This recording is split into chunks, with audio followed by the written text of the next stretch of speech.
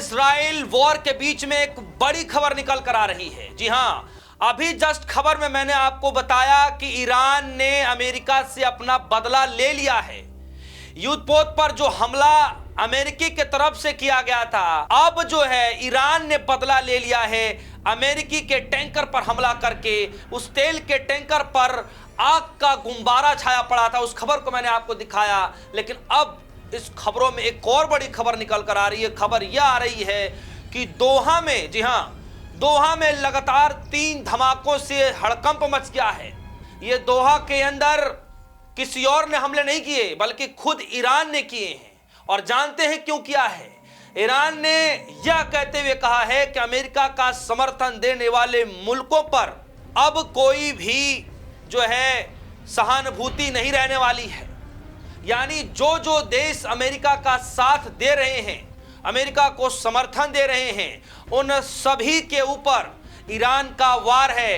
3 धमाके दोहा के अंदर किए गए, जिसके बाद हड़कंप मच गया दोस्तों। वहीं दूसरी तरफ अजरबैजान पर ड्रोन से हमला किया गया है, और ड्रोन से हमला करने वाला कोई और नहीं बल्कि ईरान है। जी हां दोस्तों, अमेरिका को पीछे खदेड़ने का काम कर रहा है, बल्कि वहीं इजराइल को इतना बड़ा करारा झटका ईरान ने दे दिया है कि इजराइल को 100 साल लग जाएगा उससे उभरने में। जी हां दोस्तों, खबरों में बताया जा रहा है कि अब तक इजराइल को, ईरान इजराइल वॉर के बीच में इजराइल को 27,000 करोड़ रुपए का घाटा हो चुका है। यानी अब तक 27,000 करोड़ रुपए का जो है भारी नुकसान इजराइल को हुआ है।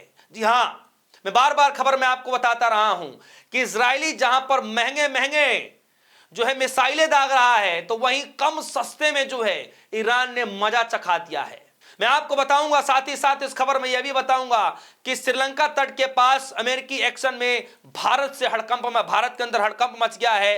राहुल गांधी बोल रहे हैं कि तूफान आने वाला है, भारत की तेल सप्लाई खतरे में आने वाली है। वहीं ईरान ने स्ट्रेट ऑफ हॉर्मुज को बंद कर दिया है, वहां से सिर्फ रूस और चीन के जहाज ही जा सकते हैं। इस लिस्ट में भारत का नाम क्यों नहीं है, जिस बात को लेकर के हंगामा मच चुका है। एक एक खबर में बारीकी से बताऊंगा। सबसे पहले मैं खबर की शुरुआत करता हूं, किस तरीके से जो है आज तक ने इस खबर को ब्रेक किया है और कहा कि दोहा में लगातार 3 धमाकों से मचा हड़कंप, अमेरिका को समर्थन देने वाले मुल्कों पर ईरान का वार। इजराइल, अमेरिका और ईरान की जंग का आज 6ठा दिन। हालात लगातार तनावपूर्ण बन रहे हैं। ईरान लगातार उन देशों को निशाना बना रहा है जिन्हें अमेरिका का समर्थन करने वाला माना जा रहा है। इसी बीच बड़ी खबर सामने आई है कि दोहा में लगातार बैक टू बैक 3 धमाकों की आवाज सुनाई गई है। समझ रहे हैं आप? ईरान अब न सिर्फ अमेरिका को बकसने वाला है, अब न सिर्फ इजराइल को, बल्कि जो जो देश अमेरिका का साथ देते हुए नजर आ रहे हैं, उन देशों पर भी भारी प्रहार करता हुआ ईरान नजर आ रहा है। ईरान, अमेरिका, इजराइल के बीच भीषण जंग जारी है दोस्तों, खतरनाक मोड़ पर आ चुका है। ईरान के अंदर आप देखिए कि किस तरीके से जो खैमनेई थे, उनकी मौत होने के बाद आज तक वो नजारा, वो मंजर शांत होने का नाम नहीं ले रहा है। जिसके बाद पूरी दुनिया भर में इस युद्ध की लपेटें, या यूं कहें कि युद्ध की जो चिंगारियां हैं, पूरे वर्ल्ड में धीरे धीरे पहुंचती हुई नजर आ रही हैं।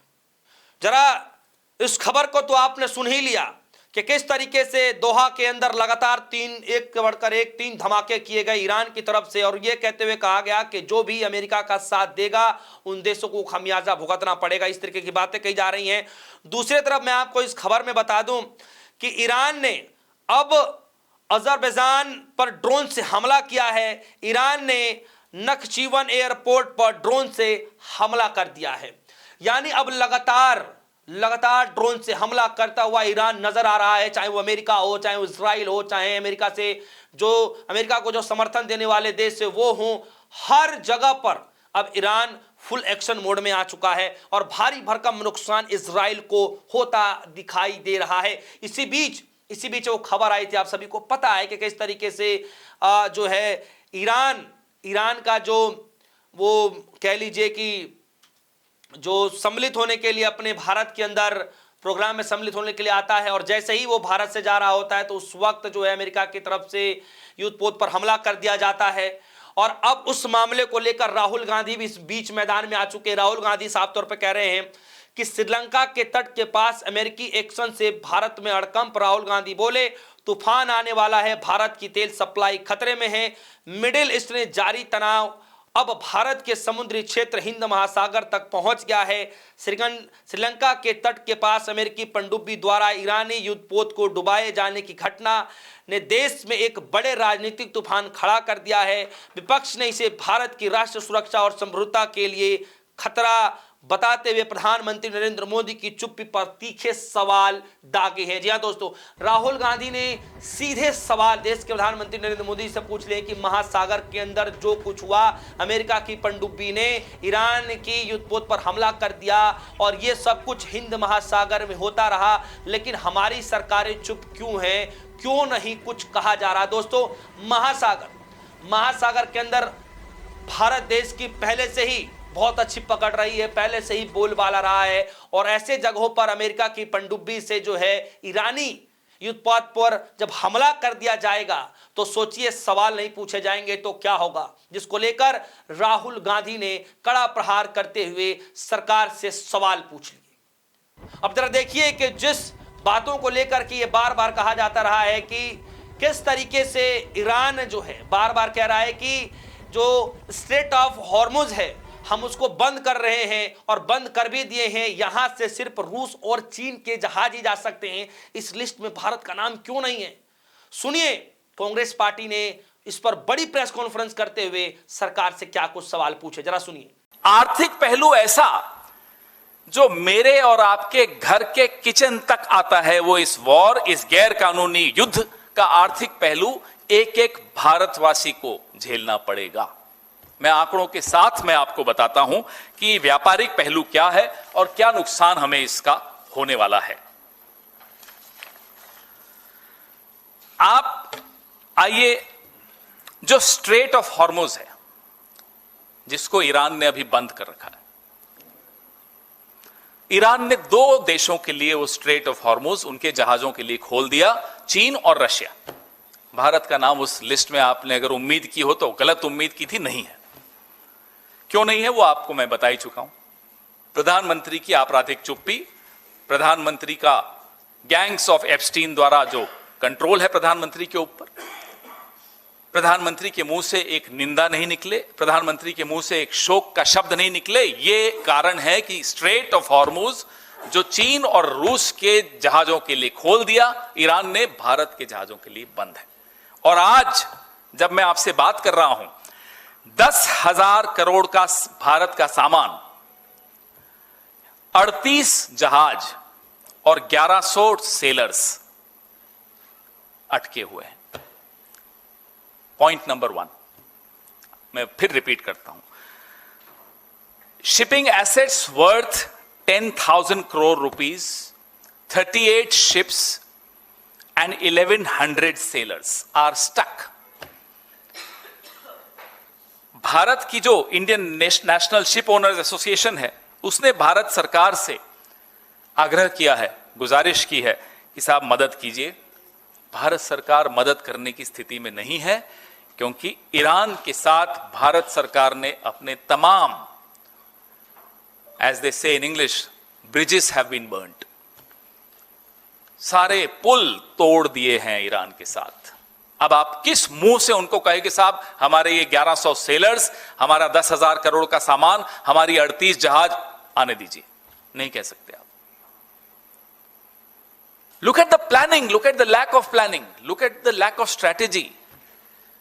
क्या नरेंद्र मोदी को इजराइल जाने से पहले नहीं मालूम था ये होने वाला है? क्या नरेंद्र मोदी को ट्रेड डील साइन करने से पहले, रूस से तेल मना कर लेने से पहले, ईरान से तेल लेने के लिए मना करने से पहले नहीं मालूम था ये सब होने वाला है? क्या खाक इंटेलिजेंस मिलती है उनको? अब अगर आप इंटेलिजेंस 2014 से लेकर अब तक पूरे विदेश मंत्रालय के अमले को दरकिनार करके हरदीप पुरी, एप्स्टीन और अनिल अंबानी के ऊपर निर्भर करोगे तो यही होगा जो हो रहा है। अब मैं आपको बताऊं कि पिछले 5 साल में भारत सरकार जो क्रूड ऑयल लेता है उसका आधा, लगभग आधा, और जो एलएनजी लेता है उसका भी आधा, और जो एलपीजी, जो हमारे घर में गैस होती है, 85% उस एलपीजी का इस स्ट्रेट ऑफ हॉर्मुज से निकलकर आया, जो आज बंद है भारत के लिए। नुकसान जो होने वाला है हमारे आपके घरों में, हमारे आपकी जेब को, यह नुकसान होने वाला है। जो हमारा हाई स्पीड डीजल है, जिसका 22% रोड ट्रांसपोर्ट पे जाता है, ट्रकों में और इन सब पे, 14% रेलवे उस पर निर्भर करता है, माइनिंग और क्वायरिंग पे 13% निर्भर करता है, मैन्युफैक्चरिंग 12% इस डीजल पे निर्भर करता है, shipping 7%, agriculture and food processing 4%, power generation 4% और मिसलेनियस 26%। इन सेक्टर्स, इन क्षेत्रों का क्या होगा, ये जवाब कौन देगा? एप्स्टीन देगा, हरदीप पुरी देगा, अनिल अंबानी देगा, कौन देगा? क्योंकि नीतियां तो यही लोग बनाते हैं। किस देश से रिश्ता रखना है, किससे नहीं रखना, ये तो मोदी के हाथ में ही नहीं है, क्योंकि मोदी की जो डोर है वो किन्हीं और हाथों में है, गैंग्स ऑफ एप्स्टीन के हाथों में है। गुजरात गैस ने अभी एक निर्णय लिया कि जितने उनकी गैस सप्लाई की एग्रीमेंट्स हैं इंडस्ट्रियल यूजर्स के साथ, उनको रेस्ट्रिक्ट कर दिया गया, उनको सीमित कर दिया गया, क्योंकि संकट की घड़ी है। अब 32% जो गैस, उस पर निर्भरता फर्टिलाइजर्स की है, 32%। सिटी गैस डिस्ट्रीब्यूशन, जो हमारे यहां कुछ जगह पीएनजी, ये सीएनजी है, जो पाइप्ड गैस है, वो है 19%। पावर 12%, रिफाइनरी 8%, पेट्रोकेमिकल्स 4%, और बाकी जो है ceramic, chemical, glass, metal, small customer है, वो 25%। ये हालत हो गई कि अब फर्टिलाइजर मैन्युफैक्चरर्स ने ऑलरेडी अपना आउटपुट कट करने का निर्णय लिया, क्योंकि कतर में जो लिक्विड एलएनजी की सप्लाई आती है वो सस्पेंड हो चुकी। तो मिडिल ईस्ट में जो गैर कानूनी युद्ध हो रहा है, उसका मेरे और आपके किचन पर जो प्रभाव पड़ रहा है वो सुन लीजिए। आज राहुल जी ने एक ट्वीट किया, आपने देखा होगा। वही चिंता जाहिर है जो चिंता इस देश के प्रधानमंत्री को तब होनी चाहिए थी जब उनके मुंह पे एप्स्टीन का टेप लगा हुआ था। अरे कोई जादू टोना करो, कुछ टोटका करो, इस व्यक्ति के सर पे एप्स्टीन का डर तो हटाओ। ये एप्स्टीन का डर हम सबके लिए भारी पड़ रहा है। 60% एलएनजी यूरिया मैन्युफैक्चरिंग के लिए हम कतर से इंपोर्ट करते हैं। अब वो कहां से आएगा? हमारी लॉन्ग टर्म एग्रीमेंट्स हैं कतर के साथ, लेकिन आ ही नहीं पाएगा। अब जो इफको है, उन्होंने अपने यूरिया प्लांट्स में ऑलरेडी रिडक्शंस कर दिए, कमी कर दी कि नहीं, अब नहीं निकाल पाएंगे, नहीं बना पाएंगे। 40% यूरिया और फॉस्फेटिक फर्टिलाइजर हम मिडिल ईस्ट से खरीदते हैं। बताइए साहब, कहां से आएगा? कौन देगा? हरदीप पुरी लाएंगे? एप्स्टीन आइलैंड से आएगा? कहां से आएगा? जो रिसेशन आने वाला है उसकी आप कल्पना नहीं कर सकते। खाद्य सामग्री, तेल, इन सब की जो कीमतें बढ़ने वाली हैं उसकी हम और आप कल्पना नहीं कर सकते। और वो काम हमारा है भी नहीं। वो काम जिनका है वो सरकार में बैठे हैं, वो गैंग्स ऑफ एप्स्टीन के शिकार हैं। तो दोस्तों, सुना आपने, मोदी सरकार चुप है, मोदी जी खुद चुप है। क्या एक्शन लिया जा रहा है, क्या कुछ कहा जाएगा, अभी तक कुछ पता नहीं है। लेकिन ईरान और इजराइल युद्ध के बीच में बड़ी खबर यह है कि ईरान ने अमेरिका को मजा चखाते हुए एक बार फिर से जो देश अमेरिका को मदद कर रहे हैं उन देशों पर भी कई बार हमले, ड्रोन हमले और मिसाइल से हमले ईरान करता हुआ नजर आ रहा है। और अभी की खबर है कि दोहा में लगातार एक के बाद एक लगातार तीन धमाके किए गए हैं। साफ तौर पर यह बताया जा रहा है कि जो देश अमेरिका का साथ देगा तो ईरान फिर चुप नहीं बैठेगा। दोस्तों, इस खबर को लेकर आपकी क्या राय है? इस वीडियो कमेंट से जाइएगा, अपनी राय जरूर रखिएगा। फिलहाल के लिए दीजिए इजाजत। देखते रहिए न्यूज़। धन्यवाद।